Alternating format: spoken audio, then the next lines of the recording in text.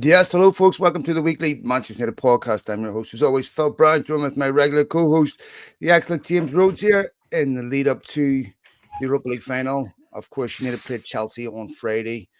Not too much that we didn't expect happened in that game. Seems like a rerun of every other game that we've been watching recently. It's James. He's running out of his almanac of excuses for Mr. Emery. No, I didn't even I've take it got good personal. ones. I've got better ones. Look I've at got that better ones. turn. That turn. I don't I hope I didn't trigger you, James. No. No, Never, no, no. never. We're gonna be positive. Europa League final on Wednesday, of course. We'll dig into all that. Also, Mateus Cunha as a positive, which seem to be some teeth in those reports that have come out over the last hour or two. And we'll look at a few other things. So, how's things, mate? Yeah, good. Things are good. Just looking to this final. I'll honestly say, like Friday morning, waking up before the Chelsea game, I couldn't think much about the Chelsea game. Still just thinking about the final. I mean, that's where we've been now for a while now. It's all you can think about. It's a huge game. Has really big implications for United for so many reasons, right? I mean, when you look at it in general, I think this has. I mean, let's just take it from the boring side of it. Financially, I think this is the biggest game in a long time, maybe ever, from a pure financial perspective for United, because of how much money League is worth these days, which is more than ever.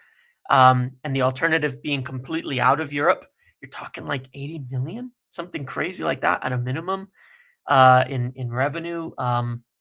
It's huge. I mean, it's huge. It's not usual that United are in a situation where it's Europe or nothing. We were with the final game. We were last season in the FA Cup final as well, but that was Europa League or nothing. This is Champions League or nothing.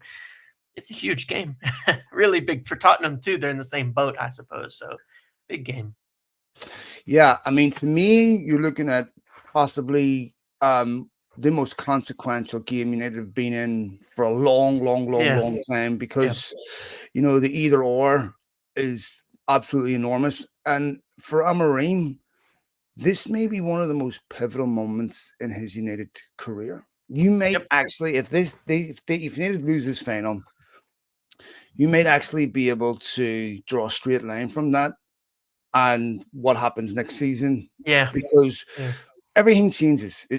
Amarim's job next season And becomes sorry, you want to clarify? You're not saying like he'll be sacked after the final or something no, no, like no, no. that. What I That's mean not at is all your like point, right? what I Yeah, mean is like if yep, what I mean by that is if United lose, yep, Amarim has to shop in a different market, yep, has to shop for a different quality of player.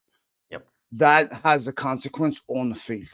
Yes. And remember that squad, whatever squad he assembles this summer, that squad has to hit ground running. Right? He needs them to start Yeah. winning immediately. Right? You try to do that with lesser quality players, and that's not realistic in the long run. So everything gets slowed down. And Amarim can't afford to move at anything other than a breakneck speed. Yeah. So if United don't win this game, what we're looking at, James, is how we define Amarim's tenure since he's come in November would be absolutely catastrophic. Yep. This would be the only thing that would stick out is a 16th place league finish. Correct. And then now Correct. you're going back to the market to convince players to come to United, and the players that you need of the requisite quality will have alternatives somewhere else. If they win, that 16th place will be forgotten about. Correct. Means Okay, nothing. what will become the focus? Manchester United are in the Champions League. Yep. And now players want to come. And whether we think that should be relevant or not, the simple fact of the matter is the players we're trying to sign that United need, that are top quality, have choices. Yep. And they're not Man United fans. So, wanting the same from Man United because they're Man United is great for you and me. But for top players who have careers, it's a bit of a different choice. So for Amorim, in terms of consequence, this game is the prize to me almost isn't the trophy, right? I mean, how many Europa Leagues have Real Madrid won? Yeah. Yeah. That's you don't want No, to I keep mean winning we Europa League, agree on that. Yeah, right? it's like for Tottenham, I think Yeah, it's huge, of right? Because course. they've not won a trophy in such a long time. Yes. For United, the stakes are certainly different because we're all thinking about next season. We're all thinking Right. about the build, the long term, and what it means for that. Yeah, because James, if this didn't come with qualification for the Champions League, I'm not even sure I'd be that interested. To me, it would just be two woeful teams Yeah, who will both yeah, find a way to lose this game, and yeah, somehow one of them's going to accidentally end up a winner. Like to me, this game only has. I mean, I'm not being snobby, but yeah, when we look at that, why is it? It's important to United and Spurs for different reasons. Spurs, no, I'm sure they'd probably say the same thing about United. I don't think Spurs qualifying for the Champions League and getting 150 million will catapult them into being a consistent Champions League qualifier. It'll go on players that will most anyway. I'm sure they yeah. could say this game about United, Yeah, but I'm only here to worry about United. And this game, the bigger prize to me is what what the consequence of winning this and what it means. Look, it's not a Europa League final. It's a game between the two worst teams in the Premier League outside of the bottom three. yeah, which is crazy when you look at it. But it's also rather interesting when we were talking the other day, and just consequentially this weekend we were talking the other day, and I think you almost argued with me on it, but then thought it's probably kind of true that 5th to 17th is not that much different. And I want to give a big congratulations, Mm, by the way, to Crystal Palace winning their first trophy over the weekend, beating Manchester mm, City in the FA Cup. That's incredible. I'm looking forward to all the sound bites about how 12th doesn't deserve the Europa League now. I'm ready for those discussions to yeah. happen that are surely coming. Congratulations to Dean Henderson, of course, from Manchester United's academy, in doing that, and also for me, congratulations to Chris Richards for an American winning the FA Cup, only the second one ever, I Jose, think. can you Um, say? John so Hart's did it, didn't he? yeah, No, he won the John Hart's won the League Cup. yeah. I don't know who is it. Or they won Maybe it the was United. Was it Tim? Did Tim Howard win one? I mean, who was it? 2004. Tim Hart was there. He might So have, but I saw a mid stat saying it's now doubled the number of American winners. So I'm assuming it just went from one to two. on a quick on a little side note related to that. Yeah. Who do you think the best American player to play in the Premier League was ever? Oof. I already know the answer. It's obvious to me. I don't know. I mean, it might have been Tim Howard for the brief tenure that he was there, but it's Mid probably Roy that's. Waggerly. I mean, I'm not old enough Roy even to remember Waggerly. some guys from way Mid back in the Roy day. Waggerly. I am telling you, Yeah. Roy Waggerly was the American Messi. Hmm. Go after this and Google Roy Waggerly. I will. I'll check it out. Because I'm telling you, anyone my age grew up magnificent. Right. Hmm. By the way, John Harkes was a top player too. Um, Um, but this was before the when Premier League really started getting shown out here. I mean, yeah, even in the because I UK, couldn't it had even limited watch it coverage. back then. Yeah, Yeah, even in the UK, it didn't have the saturated coverage. Anyway, mate, watch that. Roy yeah. Waggerly doesn't get the There's a kudos he couple deserves. Americans now that could end up there. I mean, Tyler Adams doing really well for Bournemouth. He's done really well there. I think he's their player. Maybe he's their player this season. I don't know. He was really well rated for them, and obviously Chris Richards has been a pretty good player for Palace as well. But we'll see. The bar is not very high. But The vice principal of my kid's school, his kid just got offered a 3-year contract from Estoril in Portugal, wow. 17. All So, right. on the Good kid. for But them. okay, back to what we're saying, mate. So, Oh, yeah, yeah, yes, yeah. Sorry. What I was saying is that, yeah. Look, I think that the what it does do for us financially, and even Tottenham as well, and things like that, is I don't think, like we talked about with Nottingham Forest going from 17th to like competing for almost Champions League positions in one season. The gaps aren't that big between all of these teams. So I yeah, do, in that way, I do think it is really consequential, because for a team like United, yeah. with the fan base, with the money, with the finances, with all of that, the extra spending, it's enough that it does let them, if they spend well, get back where they at least should be for this rebuild in a shorter run, where otherwise it Well, might be years. when you said that first, and I agree that I was going to push back on it because I've never thought about where there's not been a gap between 5th and 17th almost, Yeah. where it's been, and then I thought, you know what? City can't be a 5th place team just because they lost Rodri, Right. right? And they haven't won a trophy with Yep. losing one player. Yeah. and then that Lost to has 12. Yeah. has a domino effect because now Yep. it starts affecting other players. Yep. And you see something that I saw quite a bit. We'll get to United game. As I saw us quite a bit. It was the first time to me. It was blatantly obvious. Where I'll tell you about what I was going to say in a Yeah, second. sure, But sure. you see players starting to get frustrated with each other because the patterns aren't the same, chances get missed. And then Yep. you see things like what happened on Sunday, where Marmoush takes a penalty, and then Guardiola says Holland should have taken it. And that Yeah. would have me ask questions about my forward. Mm. Why did he ask to get taken off in a semi-final last season against Real Madrid when City needed a goal?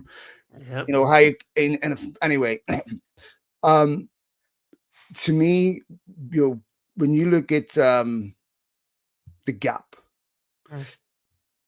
I don't think Forest are that much better than United. I don't think there's a massive gap there. No. Yeah.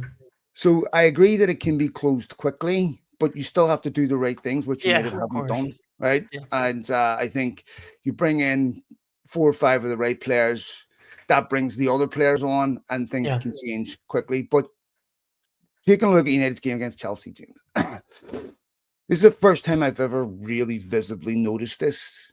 I mean, you can see it in moments of frustration, but I can see United players in real time choosing not to pass the ball to Rasmus Højlund. Yeah, 100%.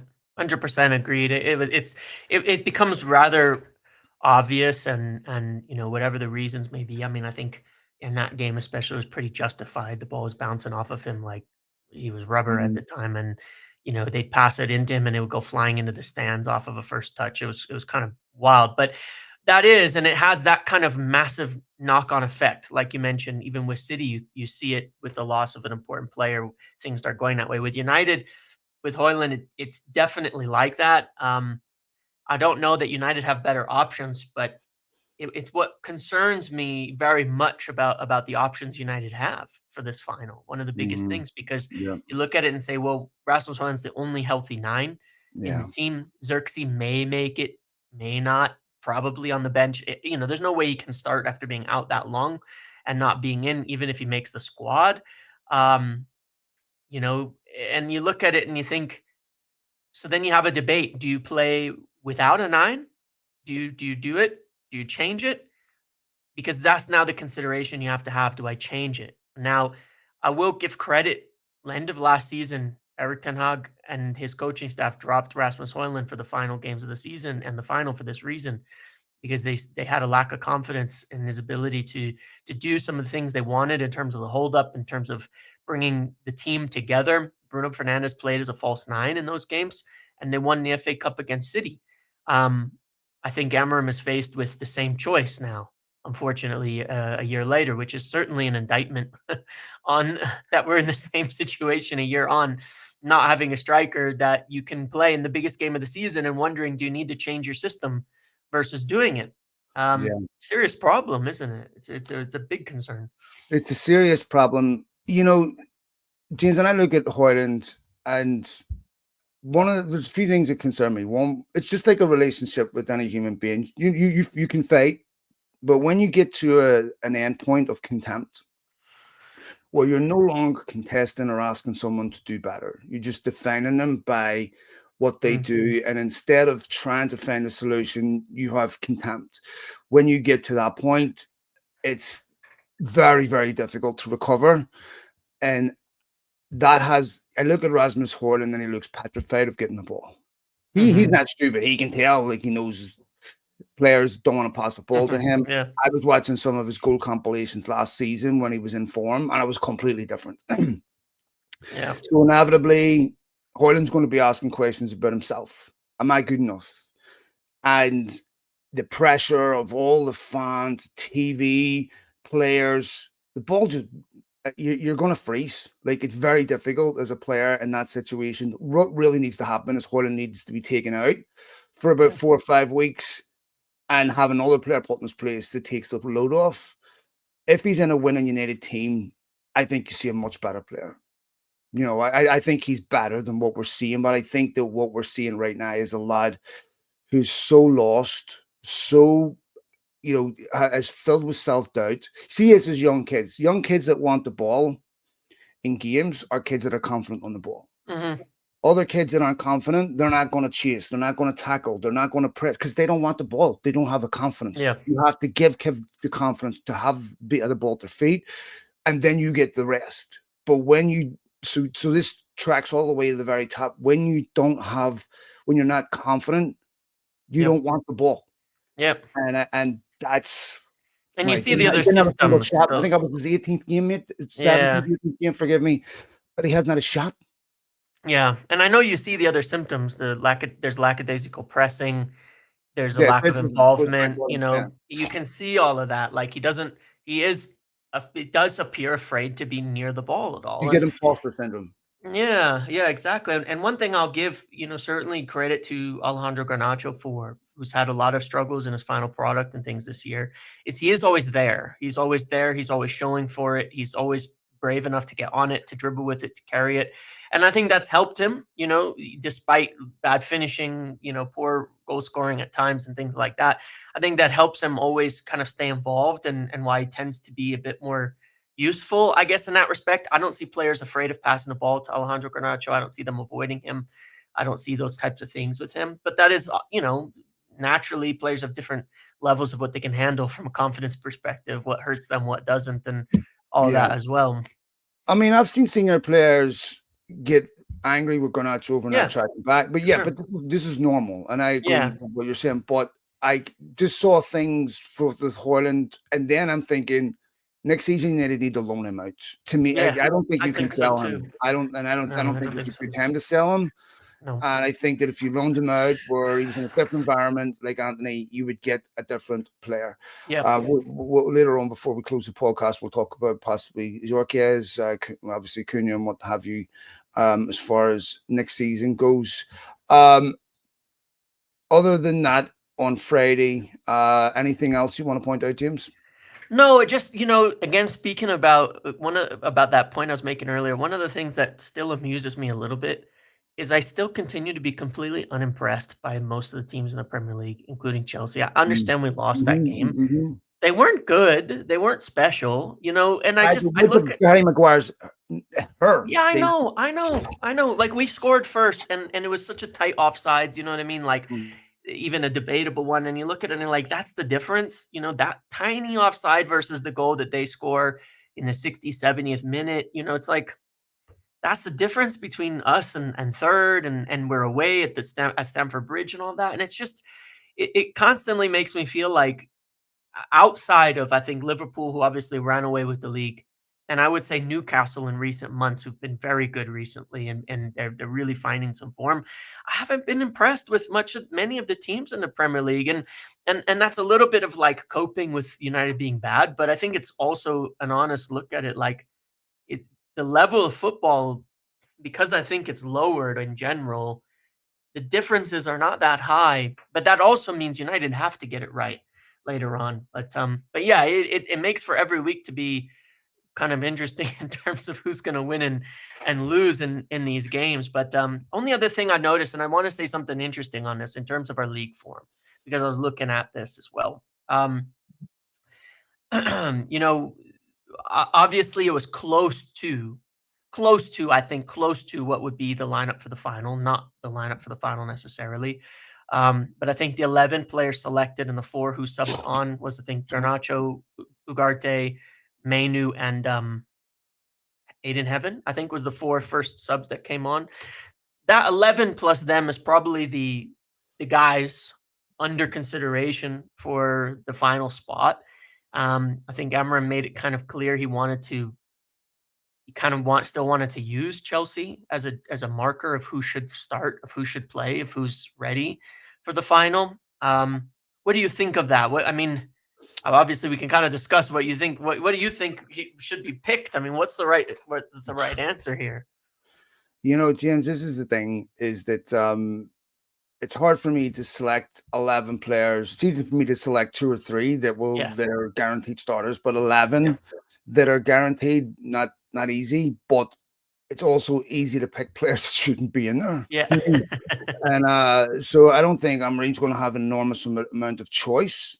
when it Yeah. comes to what team he picks, it's going to be, I think to me it's a big risk to put young Aiden Heaven in there. You saw Yeah, I against would agree. Chelsea, And made a Shaw was mistake. okay at left center back, Shaw I looks think. like a footballer, mate, that's still quite a bit off Yeah, the level United needs. sure. Whether he'll ever get back or I don't know. I think in a final, you do go with experience in that Yeah. situation. And I think that that to put young Heaven into a game like that, Yeah. having just had what 20 minutes or whatever. How long did you get against Chelsea? Yeah, 20 minutes, 15 minutes, that was Yeah, not I think much. it's a lot. So I think Yeah. Shaw will end up being in there. Hopefully, Euro's fit. If Euro's fit, then that's a huge plus. I look at Spurs. The Spurs picked a completely different team this weekend.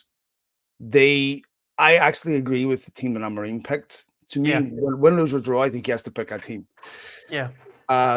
They're missing, like, if you look at the games United played at Spurs this season, the League Cup, the forget the 3-0 one, the League Cup, and the one away with 1 And the 0. 1-0, yeah. United, I felt, should have missed great chances in those Yes. games. And the second game, the 1-0 one, United were heavily depleted. Yeah. Kulusevski and Madison are out for this final. Their And they midfield, contributed to goals, I think, they in were both of massive those in those games. games. Yeah. Yeah. Yeah. Um, if you wanted to pick a team from the Premier League to play in the final, you'd pick Spurs. For Yeah. them, like, to me, United should win this final. But Mhm. who knows? But this is a final where Spurs will give United every chance to win. I'm Yep. sure United will do the same. But I just think that fact that United have the experience of being here, Yep. and rather they're not overawed by the experience of being in this final. The bigger prize for them is Champions League, where Spurs, the big prize for them is obviously Champions League too, but winning an actual The trophy. trophy, yeah. I think for United, they're in a better position going into this final. I think so too. I think it's pretty telling Spurs not playing their players because to me it speaks of a nervousness, like almost an over focus. You know what I mean? On this being such a huge game that you're not even going to play your guys multiple games before. I understand have injury concerns, not like United haven't had injury concerns, not like United weren't risking picking up injuries, but going into a game where most of your guys have pretty much everybody who will play has had minutes 5 days earlier versus guys who haven't played together in 2 or 3 weeks. I think United definitely have the advantage of that. They have the experience. I mean, in big games, I think a lot of times the managers, the coaches, the tactics become less important, and it's a lot more about the individuals involved, right? The players there, who's going to show up and who isn't. United have guys who've been there. Harry Maguire's been in a number of big international tournaments as in the finals of the Euros last summer, right? Last summer or the one before, I don't remember. Either way, not long ago. Um, they've been in European finals before. Casemiro's been in more than anybody on the rest of the two teams combined, and has won more than anything in the rest of the two teams combined. Bruno's been there. United have the players who've been there. They have the experience. They have the guys who should be there and show up in the moment. Even Onana's been in bigger finals, of course, than everybody else involved here um, on the Spurs side. So they have that. And in general, you take the more experienced side in these types of games, the players who've done it before and who have it. And I do think that going into it warm without fresh injuries from Friday is a massive advantage too, and one that I think United have to press upon because in that first 30, 45 minutes, I suspect, it'll be nervy from Spurs. They'll be cold. They'll be sloppy. It's a team that hasn't played together with the injuries that they've got, combinations that haven't worked together much, where United's will be pretty more solid in terms of who's played, the relationships, and things like that. And they have to take advantage of that. But it all comes down to scoring goals at the end of the day, which is the biggest concern, right? At the end of it, you look at it, Mm. Solanke, Son, the players that they have, you is still back them scoring goals over the forwards that we've tend to play with. And that's the big concern is it's like, will their goal scorers beat the team that United put out, which I think is better and more experienced. So on that, Garnacho left out for the game against Chelsea. Hmm. Do you think that he was rested, or do you think that that has something to do with the fact that Amorim isn't certain he's going to play in the final? I think a combination because I think it's up a little bit up in the air, and I think because of the Hoyland issue, right? I think he wanted to see how Mason Mount would do. Mason Mount's come into a little bit of form. You know, you can still Mhm. see Mason Mount starting to offer a bit of what we want. You kind of know from Emram's comments how much he likes Mason Mount in general. Mhm. As a player, it's a funny thing. I think he wanted to see what he could do in the team versus Garnacho in that same position. But I also think it gives Garnacho a rest, gives him fresh legs to for the final. He didn't start at the weekend prior either. So he should be really fresh for this final. To me, that's the biggest question is personally, I would run Garnacho and Mount and forget the 9 thing because I think it's not doing anything for you anyway. I think Rasmus Højlund would have a really, really hard time up against Romero and Van de Ven, 2 extremely physical, in your face center backs, which he tends to really struggle with. Um, but I think with if you know you play Garnacho as a runner, as an outlet, he can still worry them. He can still cause them some problems. He can still force them out of position, force them to chase him down in the channels that he's been pretty good at running, and win you some set pieces and corners. So that is a big question, though. I think that's the biggest one. Is it going to be Hoyland with Mount and Bruno, like we've seen kind of as a combo, or are we going to run is Garnacho back in the team? And I will say that in the Europa League, we've been running pretty much the same combo every game. Hoyland, Garnacho, Bruno, Casemiro, Ugarte. But now that we're playing a Premier League team, do we change or we do go with the winning team, regardless of who we're playing, the same team that's won 3 rounds in a row that's been consistently good? That's the big question. Yeah, that is the big question, James, because the contrast between that and the league form is being. I mean, it can't just be because United are physically more compatible, and there has to Yeah. be more to it than that. Yep. And it can't be that United and Spurs are almost identical in terms of. I mean, to me, Spurs haven't played a.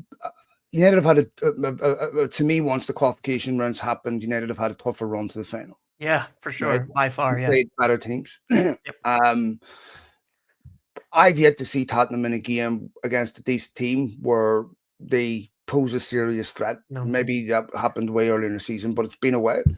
Yeah. They'll come into the final confidence on the floor too.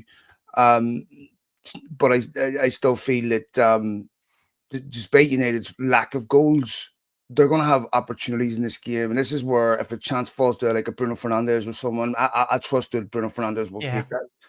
Um, I think United will find the goals they need to win this game. All they care, no one cares how they win it, just win it. Yeah. Yeah. And then just forget this season. Make sure that this season's forgettable by making sure next season is not. By Amorim wins this, gets this recruitment right this summer, James. What's the expectation for next season?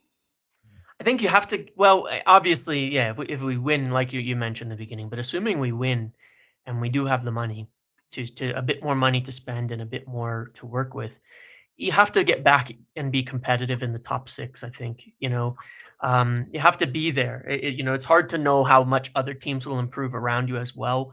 You know that Liverpool will be good. You know that Arsenal are going to spend more money and be up there again. You know Newcastle are going to be good, and City are going to. I mean, United have to be back in the competition with the top 6. You know what I mean? With the big players, which I think Newcastle are to a degree phasing Tottenham out here in that discussion or forming a 7. I don't know what you would call it, but have to be in that. And I think that in the Champions League campaign too, what I would say is I strongly believe they have a responsibility to not just you know be an also ran a team who showed up in the group stages because there's a lot of teams that aren't that great in that the expanded Champions League format. I think United have to make it out. The expectation would be Oh, make it out Birmingham. of yeah, make it out of that tournament phase and into the knockouts of the Champions League. Um, I think you got to get another deep cup run somewhere and be competitive in the top 6. I mean, I think that's a minimum, there um, of securing. The league form can't be what it is, right? We cannot be a mid-table league club next season again. It cannot happen. That Mhm. would be to me inexcusable with the type of personnel and players that we should be able to move for. in the summer. But I think the league form would be the most. You have to start thinking league form. We can't be a cup team anymore after this season. Like this is it. It Yeah, cannot keep happening. to me, next season for it to be palatable, United have to have a similar season to what Chelsea have had this season. Yeah, I would agree. Yeah, Okay, so Maresca came in, turned that around, has Chelsea in the running for the Champions League. In the top four, a conference final, which Chelsea don't really care about. United don't, yeah, but nonetheless, I would be confident if Amorim gets in that position where in the next season, now we can expect yeah, to mount a challenge. Next summer, you get better players because you showed you're in the top four. yes, And now you can get the one or two players, three players that you need to get you to the next level. yep, The football club has to be offended by getting knocked out of the Champions League with a horrendous record. Statistically, Amorim is, you know, I don't want to get into it because I don't want to. Um, Statistically, he's the worst manager in United's history, right? yep, yep, I don't think he's the worst manager in United's history. yeah, The other thing that has to be embarrassing, James, and I cannot believe that any of us allowed this to happen, is the fact that the manager has to buy tickets for the staff. I mean, this is a disgrace. Like this is indefensible. I'm sorry. It should have been blatantly obvious to me if I'm any of us. Look, if it makes it out that the manager's paying, I can understand if you're Steely Celtic that happening, or yeah, if you're Halifax Town, but you're telling me that you're going to let your manager pay for ticket. What do you think that's it? And then you're going to go ask these people not the leak. mm, Don't say anything pejorative about your employer, even though your employer does this. Like that should have been instantly embarrassing enough to where any of us said, look, either we pay it or nobody pays it. yeah, Okay. yeah, Because we can't have a situation where our staff are getting a ticket paid for by the manager because we won't. yeah, Like that is you cannot run this like a petrochemicals company. This is sport. This is different. This is not the same because this is, people expect businesses to have a very cold calculated pursuit of profit. And it's not fun on the inside, the conditions. That's what you join an employer for. But football clubs can't just be a ruthless pursuit of profit at the expense of everything else. Otherwise, no one cares if you go out and leak about a petrochemicals company. No one gives a shit. But do hmm you want people to go out and speak well of but not leak? This is not realistic. This is not the conditions that you create to protect and respect the institution and understand that you foster a positive relationship with your employer. And this shows up everywhere, James. You heard Patrice ever saying this about Marcus Rashford and his broken relationship, about being betrayed and being lied to, about all these different things, which some people won't like because they have their mind made up on what who's to blame yeah. on these situations. But this whole Amorim thing is honestly something that should have not just shamed any of us, but concerns me about what else doesn't embarrass them. Yeah, well, and it's interesting because I believe this situation occurred last summer with the FA Cup final where Bruno wanted to pay for it, but they didn't let him, which was probably smarter than letting Emmer pay for Mhm, this one, like you mhm. said, because it should have been. It's a tough one because it should have been everybody or nobody. You know what I mean? Like it's more understandable if it's like when nobody's going to the final except the team involved and nobody's paying for it, and this is what it is, right? Because it's even across the board. But when it switches in this way, then it does look cheap because it's like, why does the manager have to pay for it if it's going to be allowed for that to happen? Of course, it's a positive, a good thing for Ruben Amorim, only deserving of praise for him, but for the club in that instance, yeah, I think that it turns out ugly on their side of it, in that respect, and it just makes them look in the worse for it. I also think that it's a bit of a shame how few tickets are available for each of the clubs involved compared to, I think, a decent number of neutral ones, and I think that's something that the club should have fought more for, is having more tickets to be gotten, um, But they for the don't want that, fans. man. Well, I understand, but they Yeah, should have, in my opinion. yeah, Yeah, but this is what you do. What this is when people who have a sole ruthless pursuit of profit, of this is what they do. Because yeah, morally and ethically, the right thing to do is, of course, fight for more tickets for your staff because Yeah. the club got there, right? Yeah. And so that they're all a part of it. Yep. But of course, United don't want to do that because that's tickets that revenue doesn't go in their pocket, right? But Yep. meanwhile, every ball bag sponsor, gets a whole batch of them that end up going to pricks that Mm. couldn't care less. I mean, Yeah. I had a situation, James, when I was working for Sirius, where someone won a competition for tickets to a final, and they sold them. Yeah. I mean, And you're going, this is what ends up happening. Meanwhile, it's two people who've supported the team their entire life, like Crystal Palace fans at the weekend, don't yeah. get to go. Like, to Yep. me, this is where the football club, you can't let Ruben Amorim pay for these things. Like, this has to be embarrassing. Yeah. Like, to me, it's like either do it because these people don't work for Ruben Amorim. They work for Ineos. Correct. Yep. And as great as it is for to foster relationships between Amorim and the staff, Ineos need to foster. They've been sacking these people, multiple layoffs, taking every perk. God's, they can pay for their own food. They're getting a Marks and Spencer's voucher. The computer room looks like. I mean, these are human beings. You want to treat them like that? Why would you work for Manchester United? If you have an alternative, why would you work for Manchester United? Because no matter how much they love this football club, it doesn't love them back. And these are people that were just a small difference makes a big difference. It's going home to families. And to me, when I see stuff like that, and when clearly they have nothing to do with why the club are doing this, that to me is that this concerns me. Like I'm still waiting to see anyone else do something for me where I'm like, this is the clear contrast between what we had before and what we have now. This is sporting excellence right here. Where is that? Yeah. I mean, I will give you one example now that does look good, which is getting Matthias Cunha done given the situation that they're in Maybe today. I mean, it's as good as they can do, it's you no, know. but it's not. Their job is to provide a football club that Matthias Cunha can be successful at, not Yeah. just saying the player. I think that kid can Of really check. course.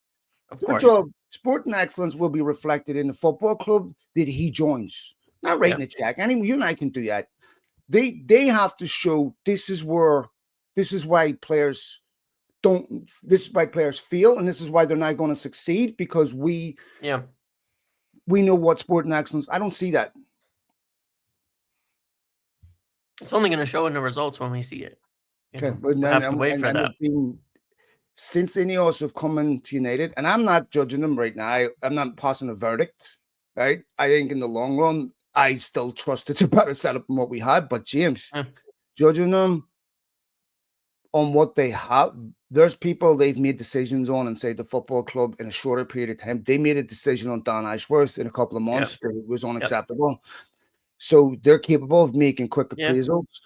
What they have done so far has been catastrophic, right? This football club is currently with one league game to go on a lower points total than teams that have been relegated. That's fucking insane. That is a Hmm. total fucking disgrace. Like that is the Dan Ashworth stuff, right?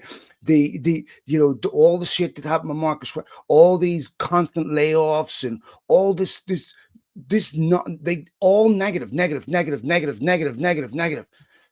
They when do we see the very clear benefits? 16th teams in a points total where teams Birmingham got relegated with 41 points. Yeah. Birmingham, on 39 points. That is a fucking disgrace. Sorry, I'm sorry. Like they I I hear mean, you, but I just the I only say this. argument I Do you have hear to what I make said? about it, But yeah, I say this to is people and it gets ignored. Like, did you hear what I said? I They're in understand. 16th place on a lower points total than what teams have had who've been relegated. And I gotta have confidence in these people. Where? I You hear tell that. me I you and hear I that. couldn't do that? You and I could do a better job than that. But don't you think? I just want to say, don't you think the direction of travel was kind of going this way No, in the man, long term? never. You I don't never think so? expected this. Never Because expected I this. look at it and I No, think, weren't we headed here last season no. anyway? Weren't we I headed here never last expected season to be anyway? 16th. No, I No, never no, no. in a million years But expected it. listen. I hear that. But when you take a look at the situation where you're not, I'm not saying 16th, Their or job all of when that they came stuff, in right? last season was to make sure this direction of travel whatever Yeah, what United was heading in. Their job was to make sure I that was get you. arrested I and get changed. you. They made it, they accelerated it. I get you on that. I get you on that. At the same time, we're United in the same situation as they were in. Let's say United lost the final last year. Ineos wouldn't have been responsible for that because No, we were in a similar situation, right? Where the season was a bust already. of course If not. we lost the final last year, where it came down to one game, United would not have had the finances to buy players last summer. Like none of them. That's a club Ineos We would bought. probably would have been worse this year, right, Then without why that, did right? Ineos buy it? So all I get it, but all I'm saying is that is the direction we were going on this decline, on this serious decline But with no, financial issues I that have don't agree gone with that. insane. I'm gonna hold Ineos to the standards they asked me to hold them to. Of course. Okay. What do But they want me to see when I look at them? yeah, You want, I'll, yeah. I'll hold. What standard do you want me to judge you by?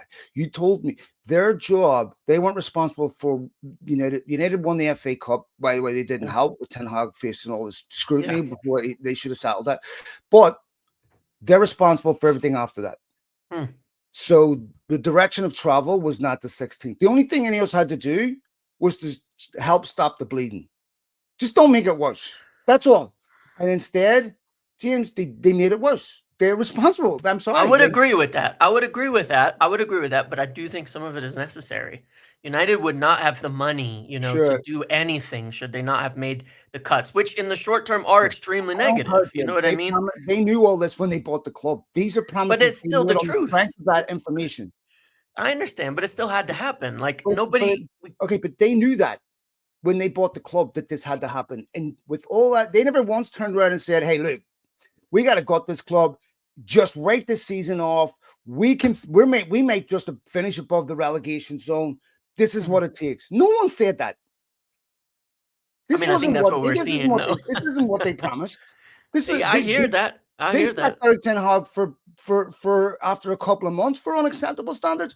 Mm. That was what they said. So look at everything they've communicated since. Not once did they turn. This is what you should expect. This is what it looks like. Ruben Amorim, their manager, they had him in November. By December, he was calling them the worst team in Man United Premier League history. That wasn't what they told us. Now, Mhm. now long run, this may work out fine, but it might not. And I can tell you that what's happened so far doesn't give me confidence that it will be worked out. There's nothing in that body of work, James, other than hope that says, trust me, I know what I'm doing. Like, I mean, the decisions that they've made that you and I admit they had to make are obvious. Mhm. You show your competence and you show your separation from mediocrity when you do things that other people can't do, that other people can't see. That's where it's fun. Not doing the obvious, not doing the easy. Where's my sporting excellence? I get it, but maybe that is what it is. When you can't see it, maybe we're on the way. I mean, we'll see. I Sure. think the biggest thing they got completely wrong, of course, was having to change managers midseason. They completely ruined the season with that. But I will say at the same time, they got a lot of praise for that decision back last summer too. And so I don't think it's always rather obvious what teams are doing, what the right decision is at the right time and what the consequences of it will be. And Mate, we've discussed it before. Obviously, my view a little bit different because my view was always if we kept Ten Hag and we had to change mid-season, it was going to be this bad. And to me, eighth, I ninth, don't 10th, agree with that. 12th, 16th doesn't mean shit to me. I don't It's all agree the with that. same. No, that means a lot, mate. That is reflective of where United are at. Of Solskjaer course, came in it is. mid-season, and then this didn't happen. It to me, Ineos didn't get credit, in my opinion, for making a decision. The second Ten Hag was, and we always discuss this, is a two-part decision. Yeah. You have to also know who you're going to replace him with. You Yep. get praise if the decision that you made based on your evaluation is correct, not for making it. You are now responsible for the solutions. You Yeah. had a problem, and the solution so far has been a disaster. That's just a fact. Now, it might turn around, but there's nothing in what they've done here that says I can see something abstract taking shape here that gives me confidence. Where that's just not there. Like you can have confidence that can't get any worse. Yeah. That Amarim's a very good young coach and all that, but the problems aren't with Amarim. And you know, it's No, his no, job of is to course, fix of the course. football club. Yeah, yeah. You know, what did No, our and man talk about a week ago? Changing culture. How long we talking about changing culture? I know, You're not I going to change culture because know. culture is 100% always a consequence of, it's a derivative of the priorities of the owner. Oh, if owner doesn't care about I this, hear you that. I hear then that. that's going to happen.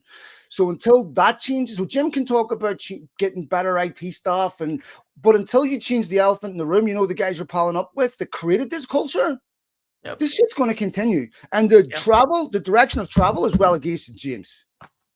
I hear that. I hear that. Look, and all I want to take it. Oop, I lost the Go ahead, light man. there. Right, go. No, no, it's all good.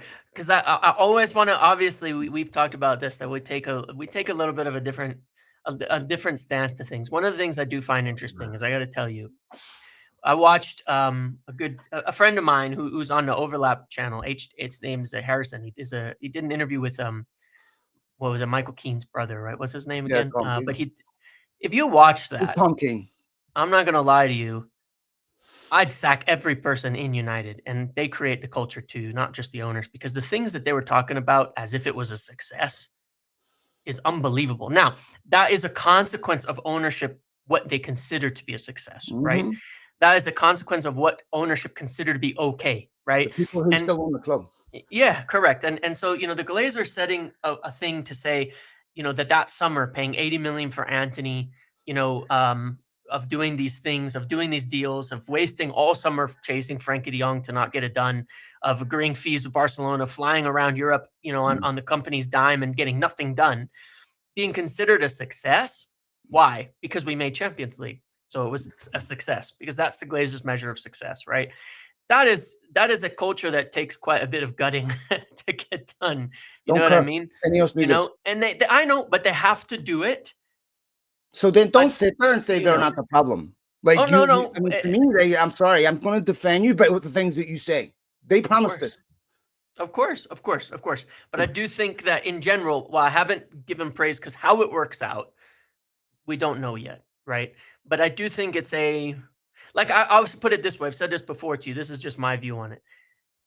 I take next season that I will 1,000,000% judge everybody involved on this, from Amarim to the ownership to everybody else. And that's why I say they cannot have another season like this, because they have another season like this, they failed.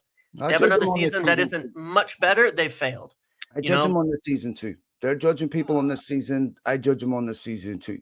Their job, I can't give them a free 16th place finish, James. Like, I'm sorry. I mean, Jim Ratcliffe himself must be furious over it Oh, I'm because sure. there's obviously different metrics to measure Yeah. people's contribution and success. That, you know, when you see there's players like Young Aiden having and stuff, signings that wouldn't have been Mm, made in the past, that have yeah. definitely been a direct correlation with having Yeah. a better football department and running a Yep. better way. But all the other issues, right? And this to me is like, okay, trust me, this to me is someone taking a wrecking ball to something and saying, trust me, I can build you a masterpiece. All I can Sure. see is you just is doing destruction. All I can see Sure. is you doing demolition.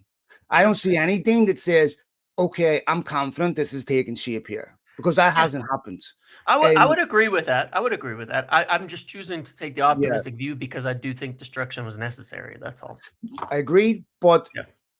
demolition also recognizing that you don't demolish what you need to be successful, because you know, when you're doing renovation, you don't take the roof off. You know what I mean? Yeah. Like, because Hmm. there's certain things you don't do because it's obvious that this is going to heavily impact your renovation. Yeah. So obvious mistakes. I think Yeah. they underestimated a lot of things. That's Yeah, I would fine. agree with all of that as well. There's Yeah. certainly mistakes made along the way. There's no doubt. It's Yep. so to me, like, yeah, I My judge them point all. was more, yeah, I I'm agree want with to be you. optimistic, James, but Yeah. there's a lot of things Yeah. I don't like, and Yeah. I you get it. know, I get it. one of the big questions that we had, everyone had, how did any of us in the Glazers marry competing Mhm. ideologies? Yeah. And how do you do it? Eventually, Yeah. they're going to come into confrontation with each other. Mhm. And at first, Manchester United's first principle has always been money. Profit comes first in Yeah. everything, right? Everything after that, is a casualty to that. Yeah. So it's when there's a conflict between making money and a sport and ideology, which will so instead of paying, we'll pay 5 million extra for this player that will, get us from third to second. You know what? Yep. It costs us too much. We're still going to qualify for the Champions League. It's not going to result in that much revenue. We're not going to spend that money on someone like Erling Holland or someone, these young players, Sesko and stuff that were offered young, because we're going to qualify for the Champions League anyway. And our returns not. That's how you end Mm, up here, yeah, right? I agree. I agree. Staff that don't mean anything. Get rid of them. They're a cost. Get rid of them. Marks and Spencers, it's a cost. Ticket, it's a cost. Without seeing any benefit in investing in something that isn't transactional, investing in a human being as spiritually and ethically and everything else, and seeing the return. Unless they contract that return and put it on a piece of paper and a P&L sheet, they aren't interested. That's not how you build a successful football Mm, club or any business for that matter. So, to me, that is antithetical to growing a successful business. It's fine if you want to grow a successful Amazon, but not a successful football club. And that concerns me. Anyway, quickly, let's talk about Cunha more positive because it looks like we're making good progress there. yeah. United are today.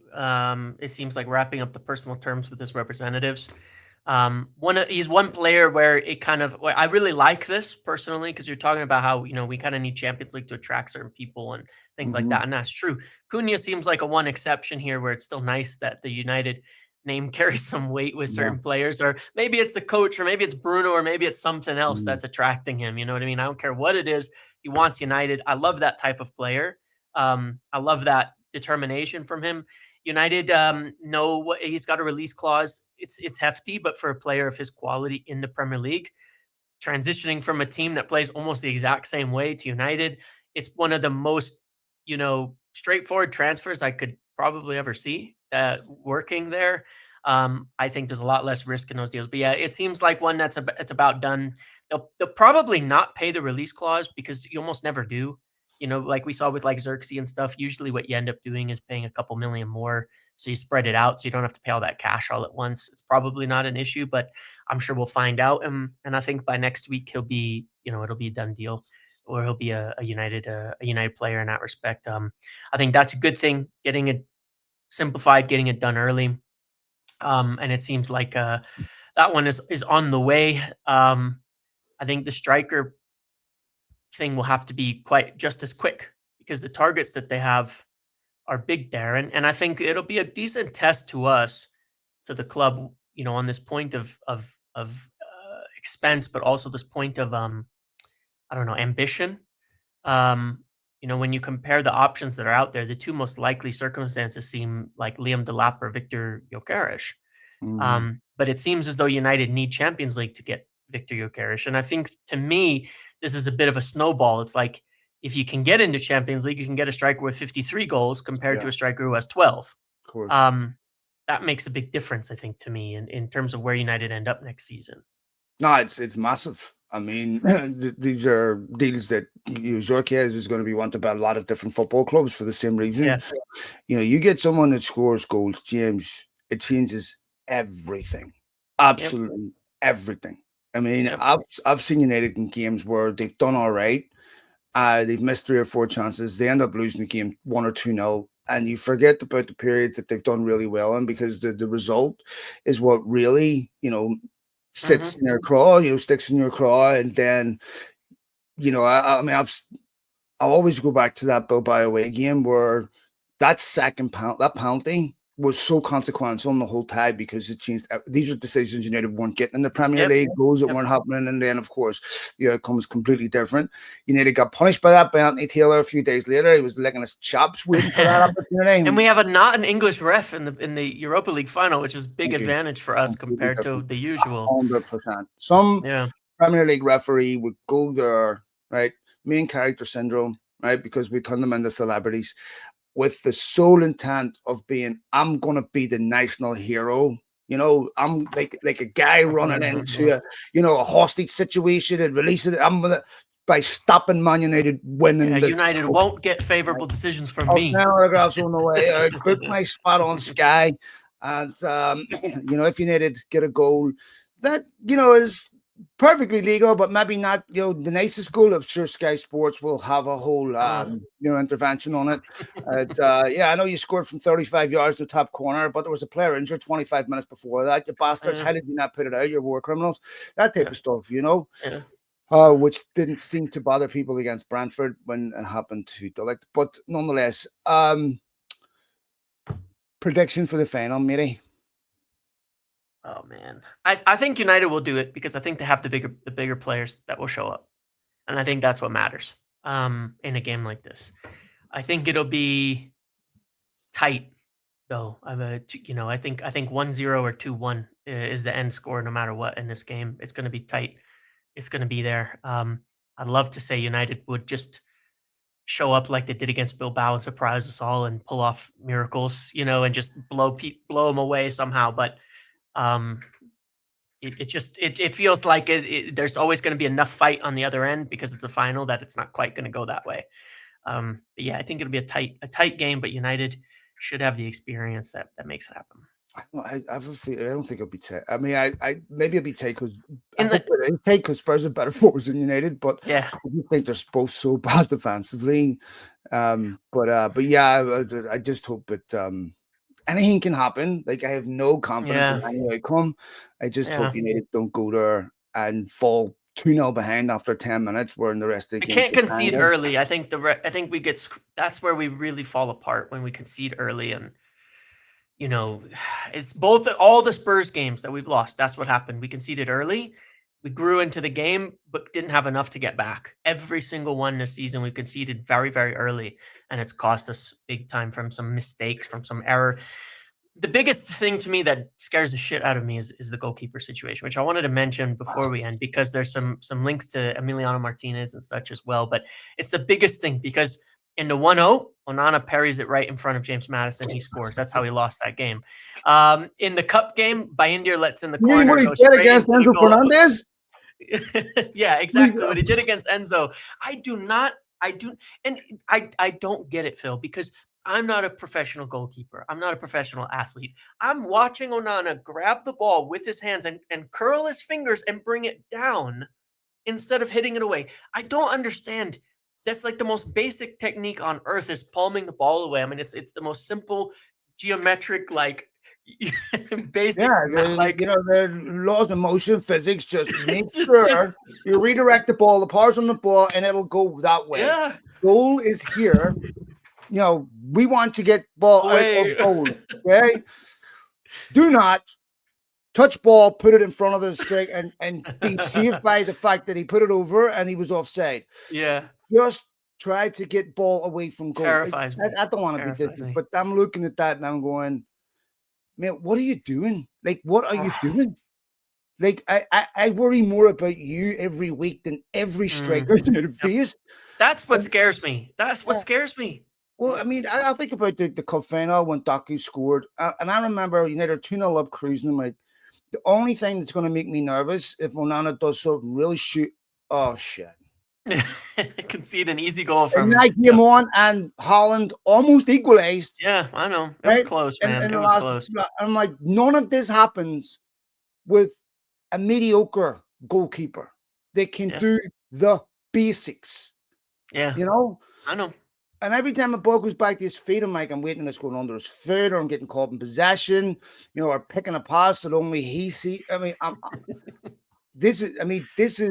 yeah, this is a concern, and Would you take I Emi don't want to. Martinez next season? Um, I would take Martinez, Yeah, someone who is a bit snidey, someone yeah, who's a good goalkeeper, knows the Premier League, but I think you'd have a really hard time getting him out of Villa. But yeah, I'd take him. yeah, But we'll see what happens there. But I think United will win the final. Well, I'll do a podcast after if you and I can yeah. coordinate. We'll Hopefully we can. Yeah, yeah. plan something um, and I know that you aren't going to want to sign off on this podcast without clarifying something you took a bit of shit about Oh this yeah. week. Oh yeah. So Sure. before before I'm You it's mean my better calling fans podcast. stupid? Was it? Is it? You want me to clarify this? Well, I mean, you'll let you speak for it yourself. Yeah, Go yeah. ahead. No, look, it's not something I've not said before. And obviously, whenever I say I think fans are stupid, I consider myself a part of that group. And what I essentially mean by that is, as fans, we are emotional. We have reactions. We think in the moment. How many times we've all tweeted, said things during games that immediately afterwards we think, wish I hadn't said that. Mm, That was stupid. That was incorrect. That was over emotional. That was reactive, and all of that. That's life, but we're allowed to. That was my point. We are allowed to as fans. We're not expected to be the experts. We're not here to fix the club. It's not our job. It's not our job to get all the decisions right, to know the exact right things. We can be wrong. We can back people, we can dislike people, we can have our opinions on all those things, and we're allowed to be wrong. Professionals aren't. They can't be stupid is my point. They cannot make mistakes like we're allowed to make as fans. We're not being judged on that. They are, and that's the perspective that I take when I talk about, fans and things like that. That's the job. It wouldn't be fun. I yeah. think one of the things that takes a lot of the joy out of football these days is over how much everybody feels the need to be right and an expert on every decision. Let yourself be emotional, have a feeling, and be wrong about it. Who cares? It's okay. That's the fun. That's the I don't joy of even it. think there's such a thing as a football expert exists Yeah. anyway. I just I think know. that is just total bullshit. Like, that is just total nonsense. Football expert? Yeah. What do you mean? Yeah. Like, do you an expert in human beings? You an Yeah. expert? If we had football experts, we'd be producing a Messi every year. There's Yeah. a reason why we Yeah. don't, You know right? the science of creating a Yeah, footballer like that was perfect. most people aren't even an expert in themselves. Yep. All right, matey, we'll leave it there, my friend. Um, we will be back hopefully next time we record. We're celebrating the Europa League final win. At I think we will. I hope This so. is very consequential, massive game, biggest game United season. Hopefully, it's the last time we're talking about a Europa League final for a long time. But I'm going to remain positive, and I think United will win. All right, man. All the best, TMZ. Cheers, folks. Take See care. you later. Thanks, Bye, everybody. guys. Bye.